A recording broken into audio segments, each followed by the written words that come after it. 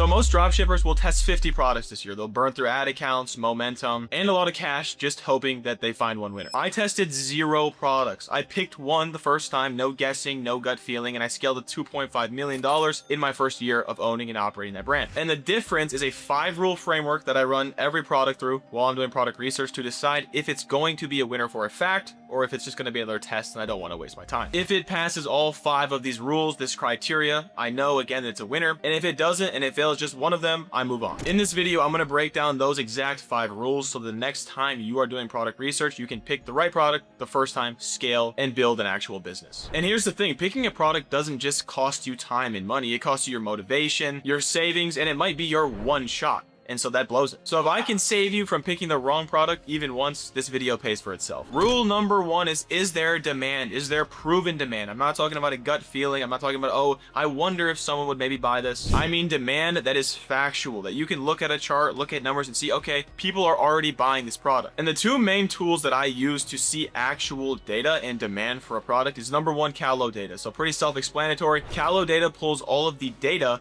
on a product, on a brand from TikTok Shop. And so TikTok Shop is one of the fastest growing e-commerce ecosystems in the world right now. And you can see, again, all of the data in one place, what videos are working, how much they're selling, revenue, all of these things that are going to validate that the product is actually selling. And then to take this one step further, what you're going to do is you're going to then look at that brand that you're looking at. Okay, they have a good amount of sales for this product. You're going to search for that brand on Amazon. Amazon is the most widely accepted e-commerce platform in the world. And so if there's a good amount of sales on that listing, an Amazon listing will legitimately show you, okay, 10,000 units bought in the last month, 10,000, 20,000, 40,000, however amount. But this is kind of the cherry on top to make sure you're picking a product with actual demand that people are already buying. A lot of people try and find the most obscure, pet product or new invention. Like, you're not an inventor, right? You are new to the game. Let's make the barrier to entry as low and easy to get into as possible. So we're not reinventing the wheel. We're not creating something new. Take that out of your mind right now. You're not Albert Einstein. We are going to sell a proven product that we know works and remove that variable, that testing loop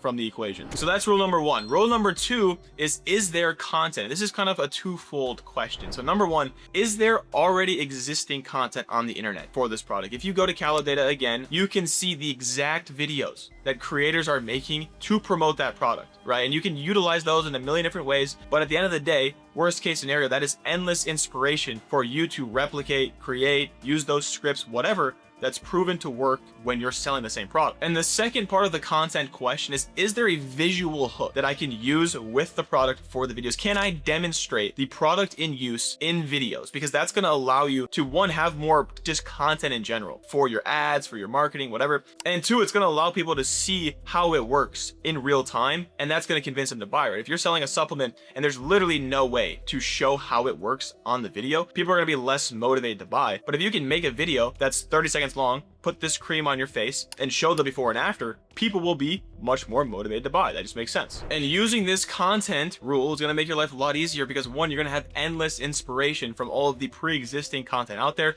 And number 2, if you can visually demonstrate the product, again, you're showcasing what the product does in a 10-second, 30-second, 50-second video. And people just want to buy when they see it in real time without cuts. This is what it looked like before. This is what it looked like now. Here's the before, here's the after. However, you need to demonstrate your product. All right, now moving on to rule number 3. Where is the supplier? Who is the supplier? I need to know everything about the supplier. Can I get this product branded with my label, my logo, my colors, whatever? How fast is the shipping time? And is there MOQ? So MOQ means minimum order quantity. So you need to ask these suppliers, do I need to buy units up front or do I not need to buy units up front? If I do need to buy units up front, how much is it? How many units do I need to buy? These are questions that you need to ask so that you know what your overhanging costs are going to be. Because ultimately the best product in the world is pretty much useless if the supplier is slow, you can't brand it, and you just can't get what you want, because it's pretty impossible to build an established legitimate brand without branding. And if customer service is terrible, because it takes 2 weeks, 3 weeks, a month for customers to actually get the product they order. So the main 3 things you need to look for when it comes to finding the right supplier is number 1, can they actually brand your product so that everything looks cohesive, right? You don't want a generic product. We want our branding on everything. Number 2, how fast is the shipping time? Again,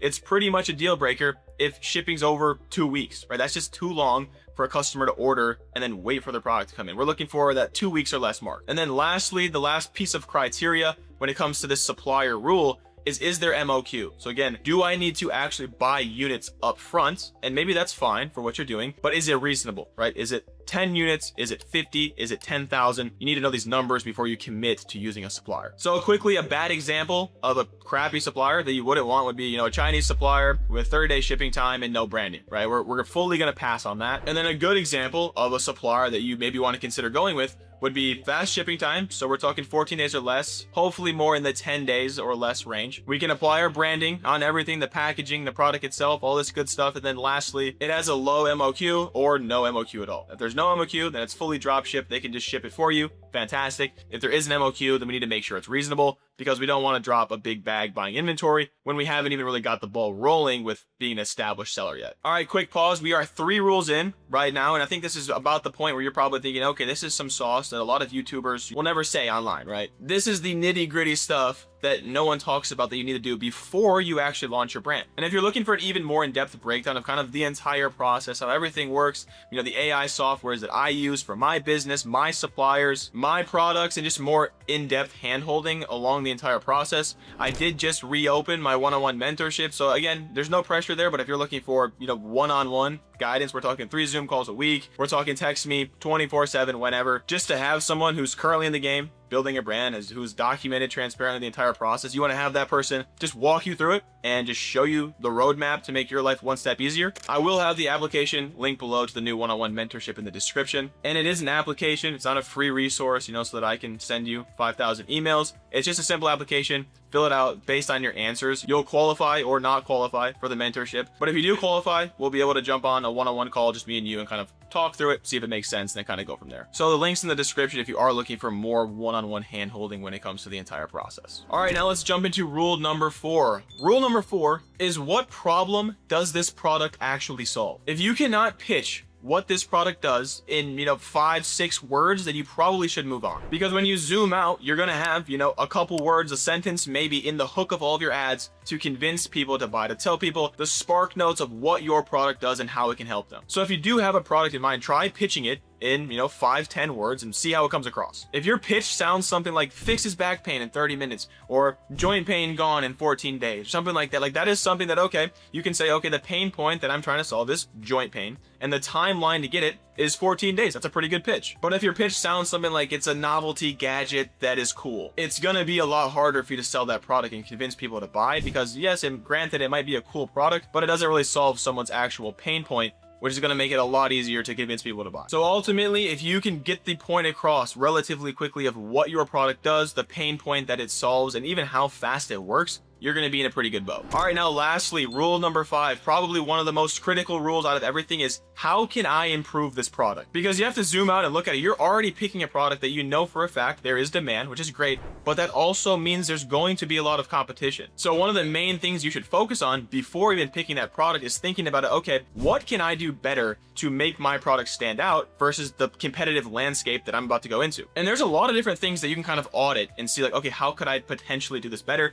It might be branding, it might be pricing, it might be the website. There's a lot of things that you can kind of piece apart. Website is one that I think is pretty overlooked. I think that the website of a lot of these larger brands is just not that great. Like, they might be running a 20% off on their website. Well, you could run a better offer. You could run buy one, get one, buy 2, get 1 free, throw in some free gifts, whatever it may be. People are going to see your product. They might even relate your brand, your product to a bigger competitor. But when they go to your website, they're gonna be like, oh, this is basically the same product, but I can get a way better deal. And so all you really need is one thing that can kind of allow you to stand out. Do one thing better than the biggest brand in the space, and that will allow you to, number 1, scalp sales from them, and number 2, build your own identity on that one thing that you're doing better. And this essentially becomes your why. Why are people picking you over a competitor that might have more validation, have sold more units, more widely known? Well, they're gonna pick you because you, again, are doing one of these things better. It might be, you're running Facebook ads when they're not even running any. It might be you have a better website offer than what they currently have. It might be your branding is just way more cohesive and they're kind of,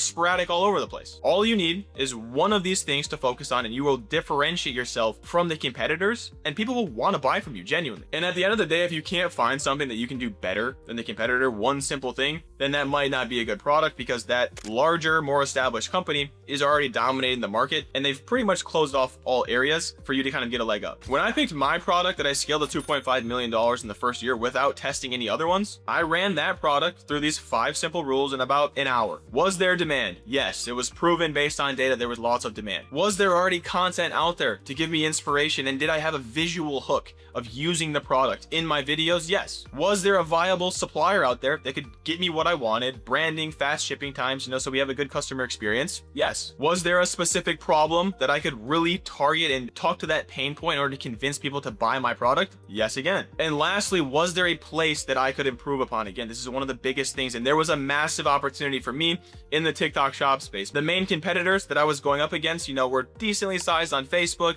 had some credentials on Amazon, but they were basically non-existent on TikTok. So I was like, okay, that's my edge. I can blow up on TikTok and then kind of slowly take over these other platforms. So that's exactly what I did. Simple as that. I got my 5 yeses. That's all I needed. I never tested another product again, and I scaled that product, that brand, to $2.5 million, and hopefully on track to do about $10 million a year. So I essentially built my 8-figure brand on these 5 rules. And that's the difference between picking once, sticking with it, scaling a brand to 8 figures, or getting in the endless testing dropshipping loop that no one wants to be in. So if you've been staring at a list of a couple different winning products that you want to test, but you don't really know which one you're leaning towards, run them through these 5 rules, and I promise you will become very apparent if one of them or any of them is going to actually work out long term. And if you are doing product research, or you do have a list of brands and products that you're picking from, and one of them does pass all 5 of these rules, I say rip it. I say pick it. I say stick with it for the long haul, and I promise you, if you have these 5 core things, you are going to be well off compared to the vast majority of people that get into dropship. And again, if you want to go one step further and really dive into this, have me kind of hold your hand, walk through it one-on-one, step by step, get access to all the AI tools that I use, the suppliers that I use, all of the resources, all of the learning that I've done throughout the process of scaling my brand from 0, being a broke college kid, to now doing 2.5 million, again, hopefully 8 figures by the end of this year, then just click the link below in the description. Again, fill out the application for the mentorship. We'll see if it makes sense. I truly do enjoy jumping on these one-on-one calls with people who are just ambitious like me